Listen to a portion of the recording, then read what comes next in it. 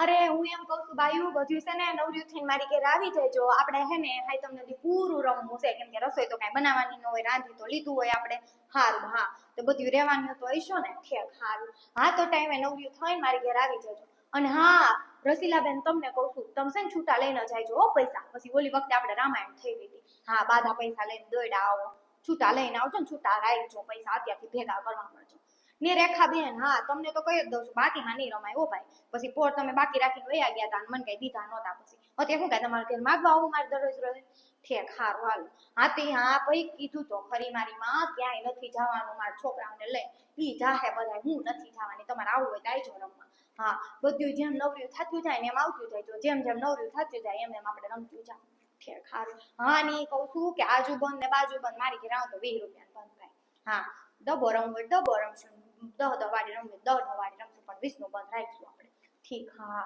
હા તે એમ જ કહું છું આપણે છે ને 11:30 વાગ્યા સુધી રમશું 11:30 વાગ્યા સુધી રમશું પછી જ્યાં રમવું હોય એને આપણે મંદિરે વયા જાઉં 12 વાગ્યા કૃષ્ણ ભગવાનનો જન્મ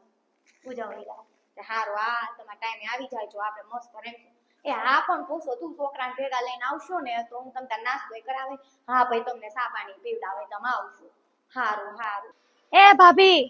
એમ કહું કે બપોર પછી મેળામાં જવું છે હાઈ તો મેઠમનો મેળો ભરાણો છે ને તો છોકરાઓને લઈને જવું છે તમારે આવું છે તો છે ને 5 વાગે તૈયાર થઈ જજો હું તમારે અહીં નીચે આપણે ભેગા થાવ